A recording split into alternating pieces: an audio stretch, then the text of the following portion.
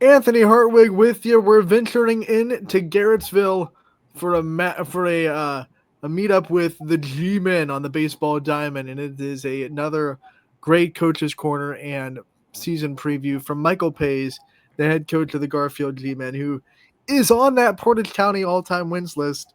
We saw it, 125, I think, career wins so far. For you, coach, thanks for coming on. We feel a little bit like it's a privilege to talk to a big gun. No, no. Like I told you earlier, I think they forgot a couple of names on there. So I'm just trying to, do everything every year and be as successful as we can. So we're working on it. So let's talk about this year. What are some things, expectations wise, you have for the team this season? You're always coming off successful years, but you have to come back, with a 0-0 record and do it all over again. So, what are some of the expectations and standards for this team this season? Well, expectations always the same for us. I mean, number one, first and foremost, we're going to try to become better people. That's the number one thing we're going to try to do inside and on the field and outside of the field, in the classroom, at home. So that's the first goal that we always set. I always tell the kids, you got to be a good person. But then on the field, we always do the same thing. We always say we want to try to win a league title, and we want to get a district championship. And we came close to both last year, and we came close to both the year before. So we were right there, but we couldn't, take that last step. And every year we're going to try to focus on those two things, and hopefully everything else works itself out. Everyone talks about how getting close, getting that close, getting a taste of it makes you that much hungrier the next year. And you've gotten close, like you said, a couple of years in a row. How hungry is this program this year to really take that next step, as you said? No, they are hungry, and we have some guys that have been playing, for those 3 years. The last 3 years have been pretty successful. Last 4 years really have been a great run. But a lot of these guys have been here for 3 years now, and some of them four. And you know, it's we're there, we're right there, we're right there. We just got to be able to take that next step, and hopefully, we do. And the kids are having fun out there, practice. They're having a good time, and they seem to really be enjoying it.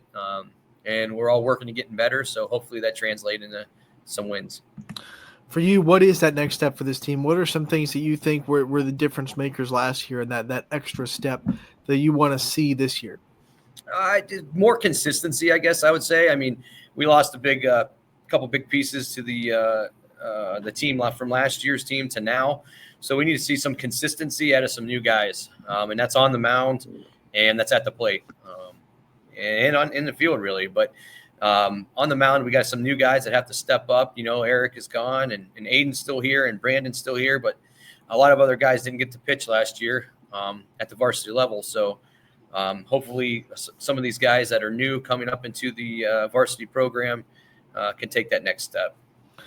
Let's talk about your roster. We'll meet the team. I want to hear the big names that we're going to hear from in Garfield this year, and maybe some new faces that we need to be aware of too. Aiden Hills, he's a senior. He was first team all league last year. Did really good for us on the mound last year. Did good for us at the plate.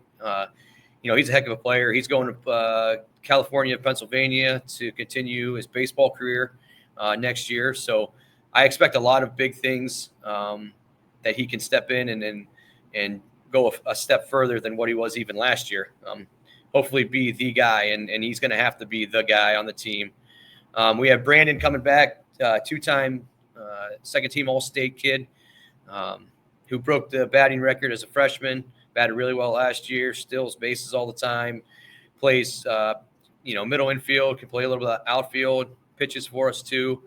Heck of a kid. So those are the two main guys coming back based upon awards and things like that. We got Tyler Lutz, who's a third baseman. He's a senior for us this year. From last year, Brock Pesacek, he caught last year for us. He's been solid for the last 3 years. He's a junior, and he's started since he was a freshman. And so we have some pieces of the puzzle. Carson Norton started for me in right field, and Jack Nykerk in center field all started for me last year, and Garrett Warnick played a little bit. So we're bringing back a lot of guys with some varsity experience. Some guys didn't get the bat as much as they wanted to last year, or didn't play every day. Some just DH. So hopefully these guys that played last year can take that next step so that someone else could take their spot from last year. When I hear those names, Coach, I hear a lot of leadership. That's what I hear in this team. Talk about what a blessing it is to have such tremendous leaders on the team this year, and to know that if you're not able to say something, or you don't see something right away, you have guys on the team that will see it for you, almost like second coaches. No, they are, and they're great. I mean, the kids are great. I love coaching here. I love teaching here at Garfield. I love coaching here at Garfield. The kids are, and it's because of the kids. Honestly, I've done this for 10 years now as the head coach, and I was doing it prior to that for I don't even know a while as the JV coach, and then same with football. I mean, the reason why I do it is I love the game, but you know, I've had great opportunities to work with great kids. So they're doing the things that they need to do to help us prepare. And I even got some student managers this year that just wanted to come and help me out, like a little assistant coaches that you wanted to be around the program. So, hopefully that means something. Hopefully that means that we're building a family atmosphere that I always love to preach. And, it is great to have kids that are responsible enough to, know when to, be goofy and all that kind of stuff. But then when it's time to go, we're really going to turn it on. Not every coach gets the privilege to also teach in the high school that they coach at. So what's it like to kind of see the two sides of your kids? You get to see the baseball players side of them, in practice, but then in the classroom, you also get to see the student side of them. It's hit or miss. I'll be honest. I mean, you have some great opportunities with some kids that really excel in the classroom, but then there's that other side where some kids excel a lot better on the diamond than they do in the classroom, and you just got to work with them to try to let the classroom meet the expectations like it does on the baseball field. So it's everywhere. It's kind of crazy. It's good to see different personalities, because there are different personalities on the field and in the classroom. So it's good to see all the dynamics that all the kids bring out. What do you teach at Garfield? Science. I teach science. I was gonna guess. I saw all the globes in the background. I was gonna guess that some kind of earth science.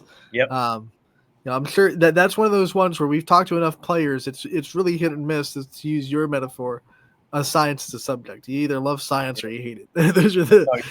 Those are the two options. Coach, let's talk about your schedule. You're going to play again inside the MVAC gray tier. It's a tough conference, as it always is in baseball. What do you kind of expect out of it this year, and how does Garfield keep that standard of being at the top tier of the league? A lot of people don't talk about this conference, but it's brutal. Southeast joins the conference, and Campbell moves down. And then you got teams like Newton Falls and LeBray, Champion, Crestview. I mean, all these teams are solid, and it's really like any game can go any way. Anytime you play any of these teams, it's do you have it that day? And if you don't have it, you have a bad day, you're not going to win. It's a brutal schedule in the conference, and our schedule out of conference is a little bit more difficult than it has been in the past this year. But LeBray's at the top. I mean, they're number one. They have been number one for a while now. We haven't beat them in a couple years. So I mean, that's you got to beat LeBray first. I think that's the number one thing is they are the team in the league until somebody beats them, and I'm hoping we can do that. But there's other quality programs too. Champion's always good, and Crestview's always good. I mean, there's all these different schools, and Newton Falls is they have one of the best pitchers in the league this year. So it's just going to be a tough league, and it really right now I think can go either anyone's game right now, but it all starts with LeBray. Outside of the conference, as if your conference schedule wasn't tough enough, I know you always like to beef up that non-conference schedule. Talk about some of the teams that pop up outside of the MVAC that you're excited about. We always play the Springfield local, which is good. I know they're a smaller school, but we always play them every year, and they're always a quality opponent that make a run in the postseason. They're good. We scrimmage Mogador, or not scrimmage. We scrimmage them too, but we play Mogador. They're always good. We play Manchester this year. We play Field this year, which is they're one of the best teams around all the time, and that's a bar that you have to try to match every time you play them. We play Streetsboro, who's really good. I mean, we have some really quality opponents this year in a non-league to go along with the quality opponents in the league. So it's going to be a good test for hopefully getting us prepared for a good postseason run. Now, usually we don't talk about postseason this early in these season previews, but this year's a little different because they've expanded the postseason. There are more divisions. Talk about what your thoughts are of that in baseball and what doors you might think it might open for Garfield to maybe make a deeper run in the tournament now that it's a little bit more of a level playing field when it comes to school size. Yeah, I don't know, to be honest with you, because I look at the teams that are in the districts. I think there's two or three that are all on the same list, and I look at that team, and I look at the teams that are in it, and man, it's tough. I mean, there's some really good teams in there, and I think what may end up happening is your sectional games may be tougher than what they have in the past. I think it could, and I don't know this for sure. I guess we'll have to see how it all plans out and everything. But I think, it could really be even harder to win a sectional this year than making it farther. I guess it all depends on your first game and all that kind of stuff. But looking at the teams in the district, that the three districts or whatever, it's got the list of the teams that are there. It's brutal. Plus, it's baseball, and baseball is so Correct. fickle, as we all know. And the other thing we've seen in the other sports is if you're not one of the higher seeds, you're gonna have to travel quite a bit. The travel is more. Now they've expanded the districts a little bit. Coach, we want to end this by giving you the chance to thank your staff and the people that are supporting you at the Garfield administration. We would never go without letting them have the limelight as well because we know they do it with you and you don't do it alone. So I want to give you the chance to shine a light on those people that build this Garfield baseball program up. I got Scott Eberly as my JV coach, and he's been with me for a few years now, and he's always there when you need him, and he's been doing great, doing a great job with the JV program. And Kyle Workman is a former player that helps me out now, and he's been awesome too. He's got a lot of insight. He played college ball for 4 years, 5 years, so he played a long time in college. He played for me when I was just becoming the head coach. So, those two guys are staples to the program as well, just like the players are. And I can't do it without help, and they're more than help. They're great guys. Coach, we want to thank you so much for another annual meeting with us, talking to us about this Garfield program that we love covering so much. We wish you the best of luck this year, and we can't wait to talk to you again real soon. All right, thank you. I appreciate it.